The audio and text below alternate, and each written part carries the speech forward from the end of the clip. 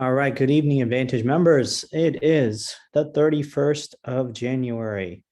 So last day of the month, and I am recording this right before the daily close, but right after the New York session close. So I think I think today the stock market closed in a decent manner, right? If you look at Microsoft, closed up on the day. AMD, I mean, a lot of these other assets, like they closed up relatively strongly compared to, the carnage that we saw the last week or two. Let me see here, NVIDIA, you can kind of see, big close to the upside. Let me see just the NASDAQ index as a whole. Let me see here. You can see, right, decently strong close. But the fact of the matter is, right, as we're kind of shifting back our attention to crypto, here's kind of what's happened over the last several weeks in BTC, right? The last 2.5 months, we've just been constantly going down, okay? And even right now, I see this grinding, stair-stepping movement up in BTC, basically for the last, 2 or 3 weeks, or rather the last week and a half. And yet we are still under this descending trend line. Okay. So context is everything, right? I know people are looking at the market thinking, well, from here, we might just start ripping back up. And yeah, that even though that is a possibility, I think the probabilities of that are relatively low. So you got to keep in mind, in markets, there are really two things that we as traders and investors look at, right? There's probabilities of an event occurring or not, and there's possibilities of all the possible events that may occur or not. So as of right now, the possibilities are that BTC can break up to 40, 41, 42K. Of that possibility, the probabilities on it are, as of today, probably, I don't know, maybe 20, 25%. Now, say BTC starts drifting up higher and higher like this, the probability for that one event starts climbing higher and higher. And the probability of it just nuking from there start decreasing lower and lower. So what I did was I wrote up a quick update for Advantage members of, how do you navigate these sort of bear market territories, right? And I mean, whether you want to call it a bear market or not, doesn't matter. I know people in crypto generally have sort of this, allergy to calling things a bear market, but it doesn't matter how you define it. I personally think that either we're in a bear market or, we're going to be in one for the next, several weeks or several months. Okay. But I don't think that the current bear market is going to be similar to, say, 2018 or 2019, where it's like a 2.5 year drawn out bear market where everything goes down like 90%. I think the market is a little bit more nuanced, and there's a lot of dispersion being created in the market, in that, assets are starting to find a bid at, say, certain prices versus other assets. They're not finding a bid at all, even though they're down, 70, 80, 90%. And that just goes to show that the market as a whole is maturing. And so what I did was I created this, update real quick, talking about navigating bear markets, right? And so first thing that we're looking at is, how do we define a bear market, within crypto, within, say, the current context of environment that we're in?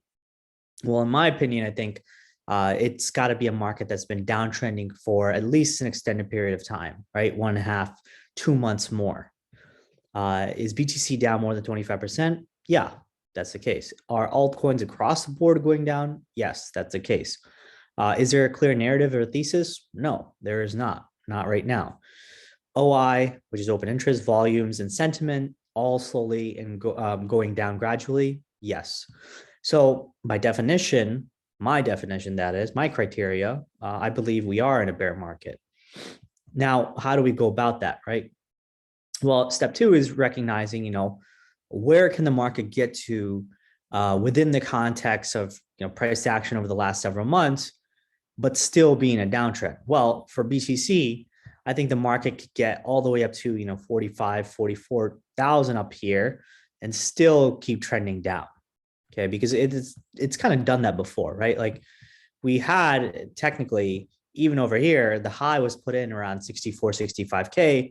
BTC went down all the way to about 30,000, took out that high way up here around 69, and yet still kept trending down. So these false breakouts it's not something that crypto is not, not used to, right? It's actually far more common in crypto. And so, that happened once. And even over here, right, market dropped a lot, climbed back up, grinded, popped a decent amount. Looked like, people are going to start bidding this back up higher and in fact, nuke down further and further and further. So even, contextually right now, what I'm looking at is near term, I'm looking at a couple of trend lines. So this 4-hour trend line right here, I see it holding up decently well. I think it can hold up probably till, I don't know, price can get to about 38, 39K, maybe even 40K. I was thinking of the idea that it's going to take out this key lower high. So that's around 39,275. So it could do something like this, like this, like this, and then start breaking back down. Okay. Now, if, I don't know, price of BTC starts breaking outside this black trend line, let me actually make this a different color so y'all could see. Let's make it yellow. So this trend line, once again, right, if you see it on a 12-hour basis, it comes back from the $69,000 high and touches basically like multiple times alongside some of these price action points. I think it's a little bit more, let me see here. I think it's kind of like that almost. I know it's stretching it a little bit because I'm pulling it very tightly in, but this is the best, most accurate trend line I can get, well, without, cutting through a bunch of candles. Okay. So anyway, all right. So price can go up all the way to this trend line, even look like it's going to push off, but then collapse back down. And these would be your false breaks, almost analogous to what happened right here, right? You see price looked like it was going to break out, collapses back down inside the trend line, sells off. Okay, so look out for those fake outs that may come up, several times in these rallies, not only in BTC but in altcoins as well. So that's part of what I was talking about is identify resistance points, right, or fib levels or momentum shifts, and then recognize where you can sort of sell into that rally. And the market undoubtedly will come to those points where you will recognize that, oh, it looks like, everybody's feeling bullish again, but contextually, it's still really an aggressively downtrending market. And that you should be very, very careful of wanting to long when everybody else feels like they should be going long. So selling the rally, again, the second part of that is if you pay attention, you'll be able to identify key trend lines like we just did, ranges or turning points, even in sentiment. And in bear markets, right, you got to focus on selling into these points. But the great thing about crypto is, in my experience of the last bear market we had, I remember getting just insanely good points to sort of short the market. And you would think that, man, it is like, criminal that how high these markets get only to sort of, grind people up higher and higher, and then eventually just nuke back down. And so I think, for some of the assets, I would be paying attention to a few things. Number one, just sort of TSR levels, right, on a daily basis. And then kind of paying attention to these sentiment shifts of when people are getting extremely bullish right into resistance. You could also pay attention to volumes. So my general philosophy is that, let's just say you identify a resistance point, say something like this, right? And if price is heading into this resistance point and volumes are actually getting really, really high, okay, like volumes are spiking and sentiment is getting high too, but the price is actually not broken through this resistance point. In fact, it's like hovering right near resistance. This is generally a really, really good shorting opportunity because the market is actually spiking into the highs with high volume, meaning a lot of people are buying, but the price is not budging. So what that tells me is, here's how that looks to me. This is a selling point of resistance. Price keeps going higher, spikes up, right? The volume is increasing like this, but price is not breaking through this area. In fact, it's just kind of doing this kind of crap like this. When price does something like that, that means there are passive sellers who are absorbing all that sell pressure, or rather all that buy pressure, because they have a lot of assets to sell, a lot of assets to unload. They could also be shorting in this area at the same time. So what that tells me is you need to start going short here, or if you're long already, you need to close into that resistance. Do not get trigger happy and say that, oh, well, I think volume is increasing here, so I think price is going to break through and rip out. Don't do that. Okay. All right. Next point. Okay. Do not short heavy at support or when the sentiment is extremely negative. Okay. This goes with, I would say, the last maybe 24, 48 hours. You do not want to be, shorting heavily. Like say, for example, Luna, right? Luna yesterday, I was thinking about longing, actually, way the heck down here. I was thinking about longing because I was like, Luna looks way too oversold. Everybody's way too bearish on Luna. But guess what? My longer term Luna sort of direction is still down. But that doesn't mean that Luna can't do crap like it did today again tomorrow, meaning put in another 10, 15% move, right? Same thing with other altcoins, like, I don't know, Polkadot or Solana or some of these alts, right, that are really, really oversold. They could go up easily 10, 20, 30% in the span of like a couple of days. And, after that, they could collapse back down. That's just how these bear markets work.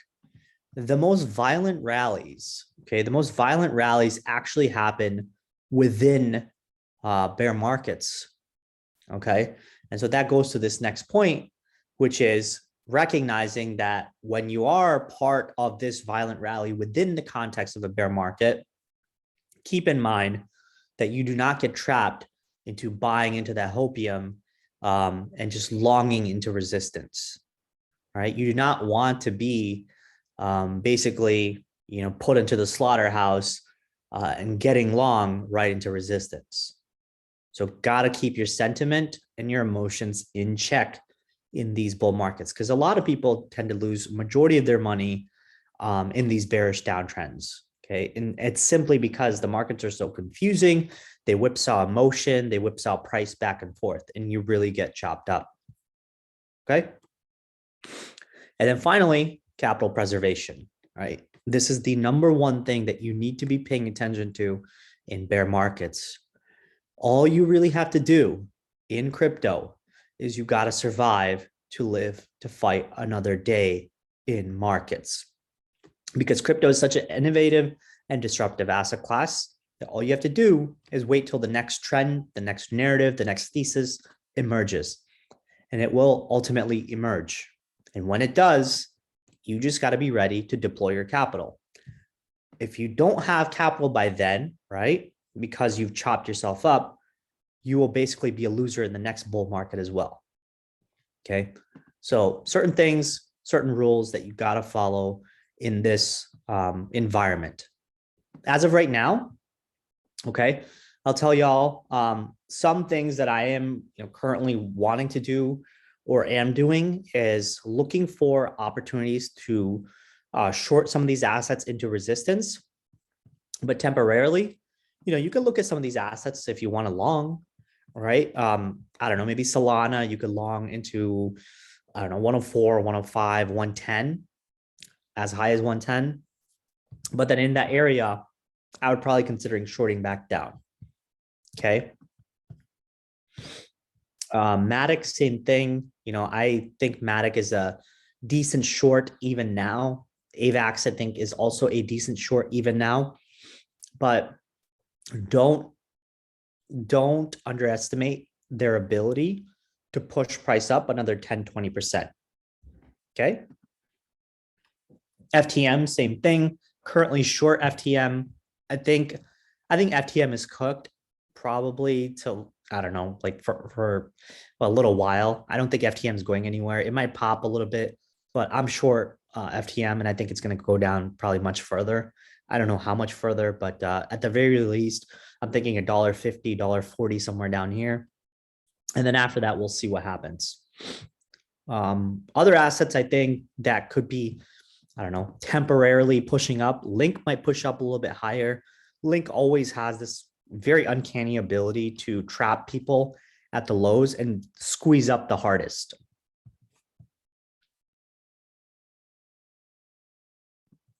One Harmony's not been doing a whole lot, so kind of just let that one go. Let me see. Luna. So I think Luna's in a weird spot. Luna's actually broken through multiple areas of support, right? Broke through 75, 66, came back inside this channel, even broke the bottom of the channel, now rejecting the channel. So if you want to go short Luna, you can anticipate, I would say, one more day of a pop, maybe up to 54, 56. And then even after that, it can drop down further. Okay. So some of these assets, I think they're going to head down much further. But remember, within those bear markets, you're going to have insanely large rallies of bull markets. So don't be so caught up and hell bent on wanting to short that you don't, look at the opportunity on the long side. Okay. If you just want to stay short in small size or stay in cash, that's okay. But make sure you don't flip back and forth, long, short, and chop yourself up. All right. That's the worst thing one can do. Okay. All right. I have a lot of good alpha on my Twitter feed. Make sure y'all check it out. I mean, a lot of great threads, really, really good information that people have been leaking, in terms of alpha. So, make sure y'all check it out. And then finally, I just want to end the note with this quote that resonates with me, especially in times like this. Fortunes are made in the down market and collected in the up market. All right. If you don't know what this means, you will soon find out. Just, sort of rewatch my video and all the points that I pointed out, relate that back to this tweet, and it'll all make sense. Okay. That's all I got. If you're watching this on YouTube, hit the thumbs up, come join our Discord. Until then, that's it. Take care. Good luck to you in the market. All right. Cheers, everybody.